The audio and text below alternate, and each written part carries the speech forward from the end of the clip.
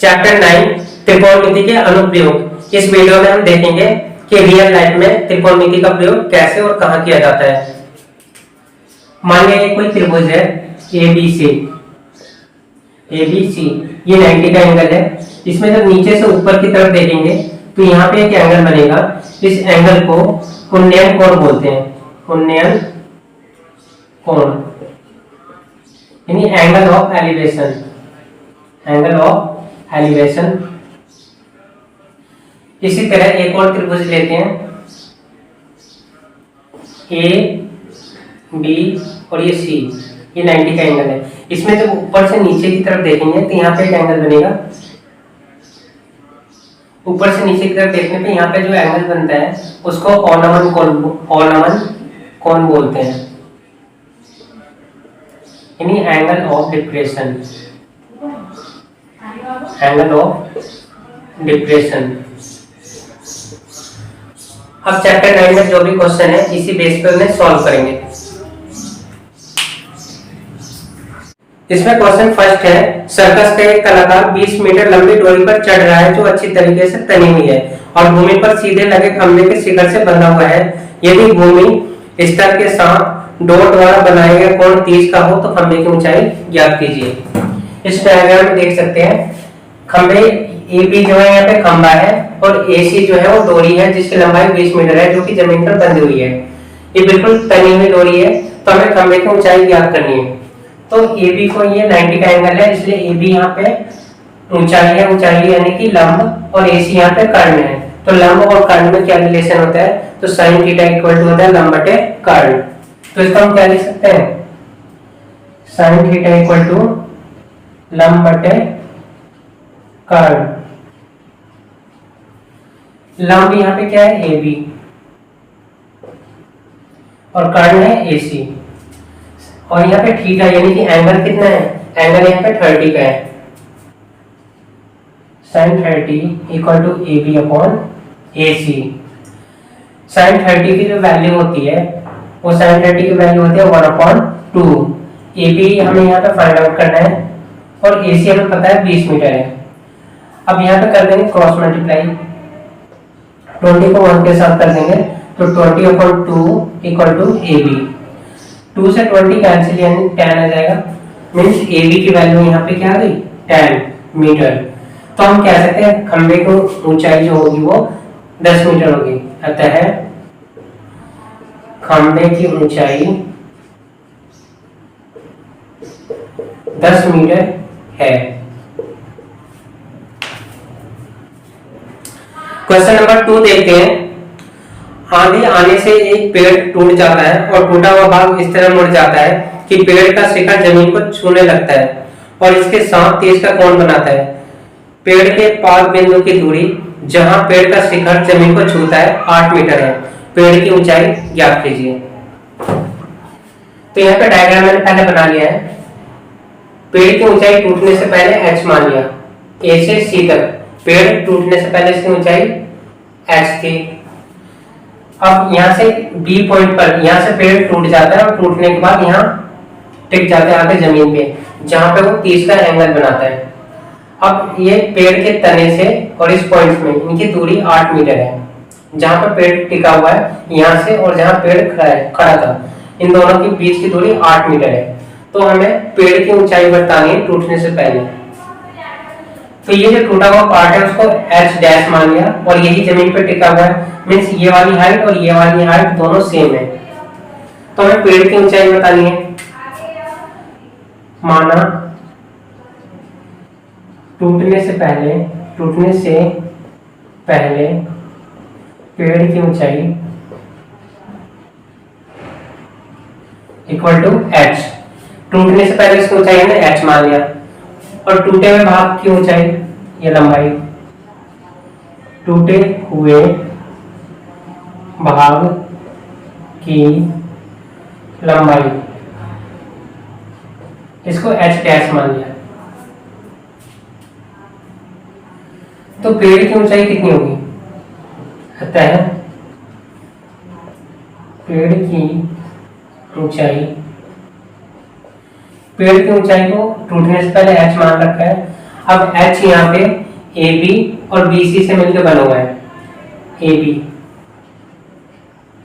B plus B C को H dash मान रखा है, तो यहाँ एच डैश लिख लेते हैं। इसको इक्वेशन 1 मान लेते हैं। पहले हमें ए बी की वैल्यू निकालनी है और फिर एच डैश की वैल्यू निकालनी है और यहाँ पे पुट कर देंगे तो पेड़ की ऊंचाई हमें पता चल जाएगी। अब पहले इस डायग्राम को देखते हैं। इस ट्रायंगल में B A C, A B यहाँ पे क्या है, ए बी यहाँ पे है लंब और ए सी यहाँ पे क्या है, आधार। यानी पहले लंब और आधार का रिलेशन देखेंगे। लंब और आधार किस में आता है, tan theta. tan theta equal to क्या आता है, लंब बटे आधार। त्रिभुज ए बी सी में tan थीटा की जगह यहाँ tan 30 लेंगे। tan 30 इक्वल टू क्या होगा, लंब बटे आधार। लंब यहाँ पे क्या है, ए बी और आधार यहाँ पे क्या है, ए सी डैश।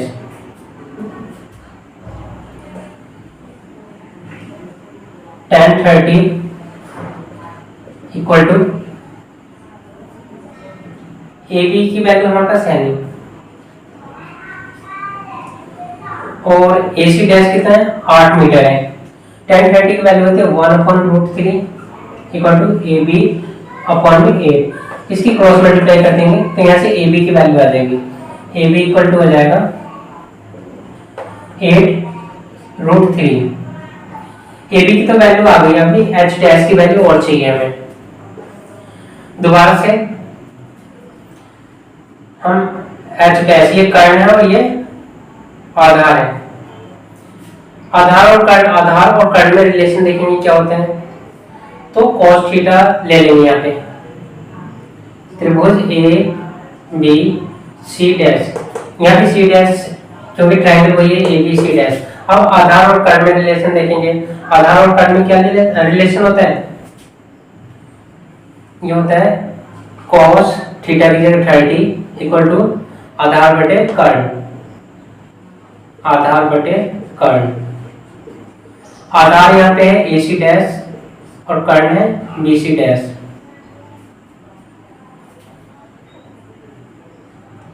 cos 30 की वैल्यू क्या होती है, √3/2 इक्वल टू ए सी, यहाँ पे क्या है, ए सी डैश की वैल्यू है 8 और इस हमने क्या मान रखा है, एच डैश। यहाँ क्रॉस मल्टीप्लाई कर देंगे, 2 की मल्टीप्लाई 8 के साथ और एच डैश की √3 के साथ, तो H dash √3 H dash equal to 16। H dash की वैल्यू निकाल देते हैं 16 और ये मल्टीप्लाई में यहाँ पे डिवाइड में, तो यहाँ से हमें ए बी की वैल्यू मिल गई और यहाँ से एच डैश की वैल्यू मिल गई। अब इन दोनों की वैल्यू लिखेंगे समीकरण 1 में। ए बी तथा एच डैश का मान समीकरण 1 में रखने पर एच इक्वल टू हो जाएगा, ए बी की वैल्यू है 8/√3 और एच डैश की वैल्यू है 16/√3। √3 एलसीएम ऊपर क्या जाएगा, 8 + 16 प्लस करने पर आएगा 24/√3। नीचे इसका रैशनलाइजेशन यानी कि परिमेयकरण कर देंगे, क्योंकि रूट में वैल्यू है तो √3 की मल्टीप्लाई ऊपर नीचे कर देंगे।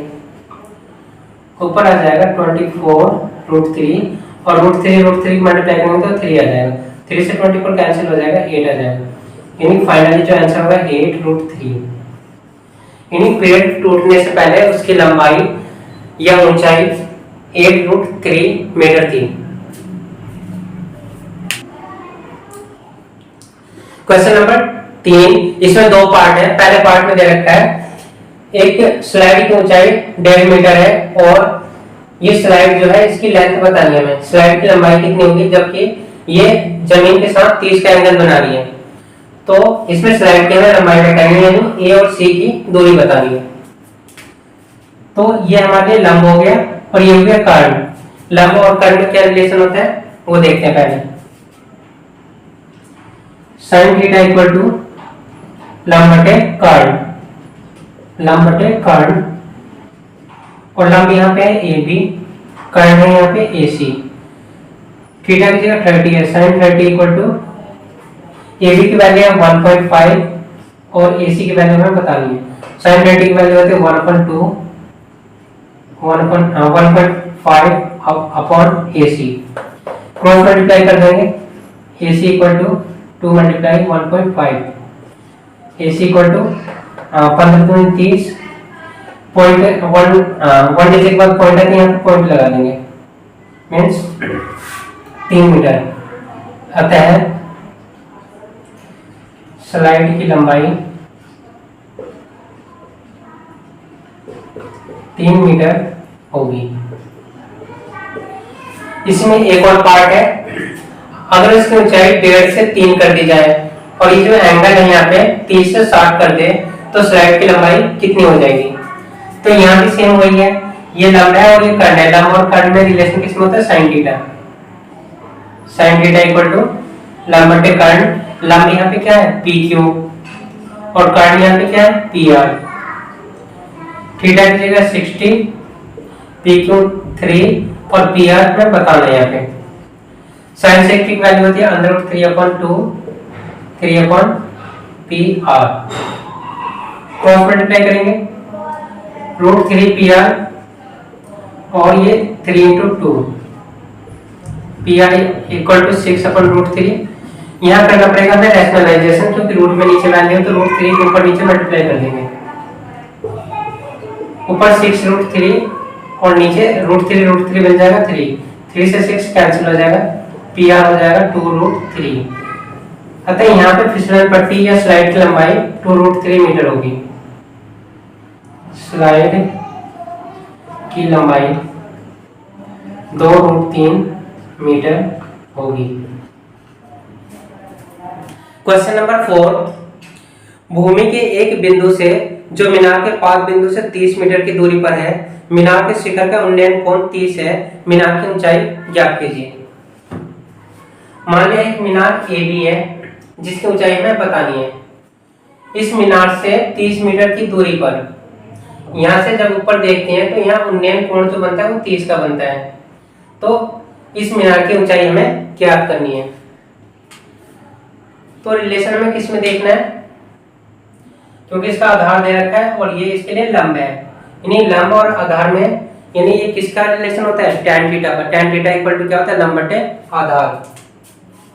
त्रिभुज ए बी सी में tan थीटा इक्वल टू लंब बटे आधार। लंब यहाँ पे ए बी है और आधार यहाँ पे बी सी है। tan थीटा यानी कि tan 30 equal to A B. A B हमें ज्ञात करना है और बी सी दे रखा है 30 मीटर। tan 30 की वैल्यू होती है 1/√3 A B upon 30। Cross multiply कर देते हैं, ए बी इक्वल टू हो जाएगा 30/√3। क्योंकि नीचे जो है वैल्यू रूट में है इसलिए इसका रैशनलाइजेशन करेंगे। जो नीचे वैल्यू दे रखी है उसी के ऊपर नीचे मल्टीप्लाई कर देंगे। ए बी इक्वल टू ये हो जाएगा 30√3 और नीचे √3 ये बन जाएगा 3 से 30 कैंसिल यानी कि tan। A B equal to tan√3। अतः मीनार की ऊंचाई tan√3 मीटर है। क्वेश्चन नंबर 5, एक पतंग जो कि जमीन से 60 मीटर की ऊंचाई पर उड़ रही है और इस पतंग को जमीन पर 60 के एंगल पर, मतलब इस पतंग की डोर को यहाँ पे बांध दिया गया है, डोर बिल्कुल टाइट है और वो जमीन के साथ 60 डिग्री का कोण बना रही है। तो हमें इस डोर की लंबाई यानी डोरी की लंबाई हमें बतानी है। तो ये क्या है? ये 90 का एंगल है। तो ये हो गया हमारा लंब और ये हो गया कर्ण। लंब और कर्ण में रिलेशन क्या होता है? तो ये तो साइन थीटा इक्वल टू क्या है? लंब बटे कर्ण। साइन थीटा इक्वल टू लंब बटे कर्ण। लंब यहाँ पे क्या है? लंब यहाँ पे ए बी है और कर्ण यहाँ पे ए सी है। साइन थीटा की जगह एंगल है 60, ए बी की वैल्यू दे रखी 60 मीटर और ए सी हमें फाइंड आउट करना है। साइन 60 की वैल्यू होती है √3/2, 60 ए सी क्रॉस मल्टीप्लाई √3 ए सी और 2 इंटू 60। ए सी को यहीं रोक लेंगे, मल्टीप्लाई में तो इधर आके ये डिवाइड में। इसको रेशनलाइजेशन इसका करना है तो फिर नीचे रूट में 3 है तो √3 की मल्टीप्लाई ऊपर और नीचे कर लेंगे।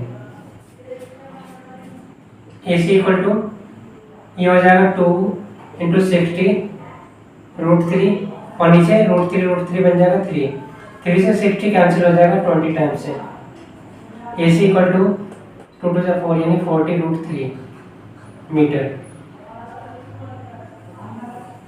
यानी कहता है डोरी की लंबाई 40 √3 मीटर है।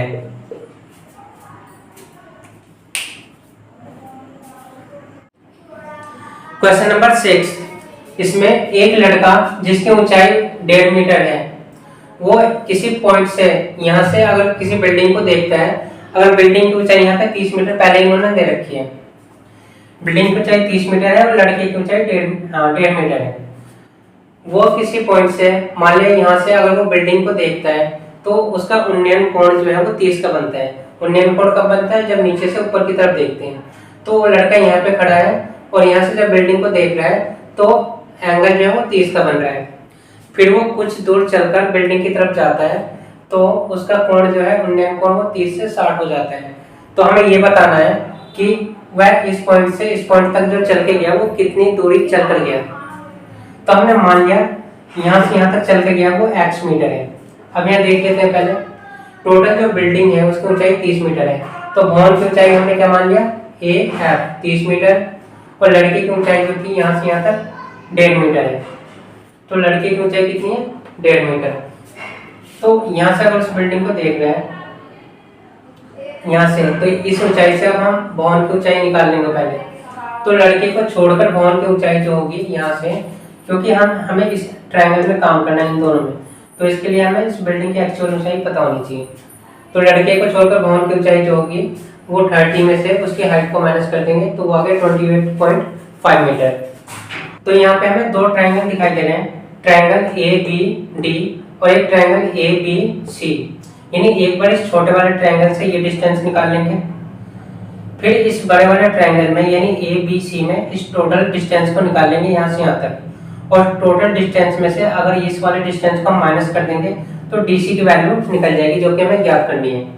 तो पहले छोटे ट्रायंगल को देखते हैं, ट्रायंगल ए बी डी, त्रिभुज ए बी डी में इसमें क्या है, ये लंब है और ये क्या है, आधार है। तो इसमें क्या है, लंब और आधार।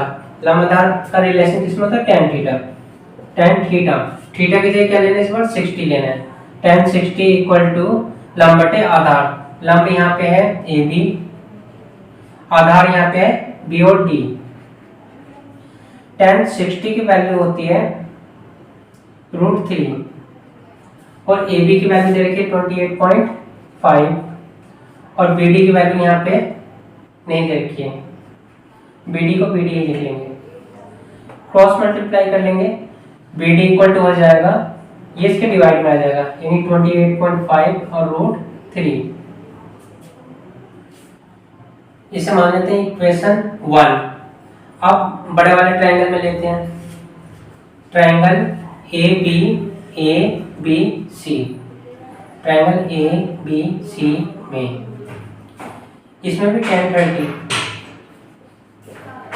tan 30 इक्वल टू यहाँ पे एंगल 30 है, tan 30 इक्वल टू क्या हो जाएगा? A B upon B C. A B की वैल्यू 28.5 और बी सी की वैल्यू यहाँ दो पार्ट में, एक तो बी डी है और डी सी है, B D plus D C. tan 30 की वैल्यू होती है √3, 1/√3। ऊपर है 28.5, नीचे बी डी है और डी सी है। बी डी की वैल्यू पहले हमने निकाली है 28.5 अपॉन 3 और डीसी क्या है, डीसी को हमने एक्स मान रखा है। अब दोबारा यहाँ पे क्या करेंगे, हम क्रॉस मल्टीप्लाई करेंगे। जब हम क्रॉस मल्टीप्लाई करेंगे तो ये वैल्यू इधर आ जाएगी 28.5 upon 3 plus X equal to होगा √3 की मल्टीप्लाई इसके साथ कर देंगे 28.5 √3।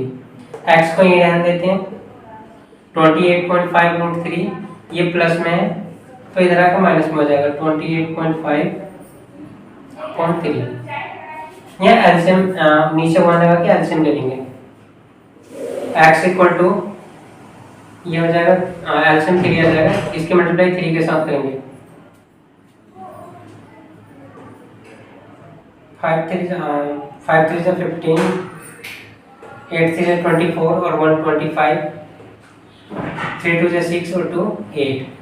1 डिजिट पर पॉइंट है तो 1 डिजिट पर पॉइंट √3 और ये माइनस में 28 √3, 28.5 √3। एक्स इक्वल टू, अब इसमें से ये माइनस करेंगे तो 0.5 में से 5 में से 5 जाएगा 0, 15 में से 8 जाएगा 7 और यहाँ में से 7 में से 2 जाएगा तो 5, √3 तो आएगा साथ में अपॉन में 3 से 57 को कैंसिल कर देंगे तो 19 आ जाएगा। एक्स की वैल्यू आएगी 19 √3। मीन्स अगर यहाँ से यहाँ तक वो चल के गया तो वो जो दूरी थी जो वो चल के गया था वो 19 √3 मीटर हो जाएगा। अतः मीनार की तरफ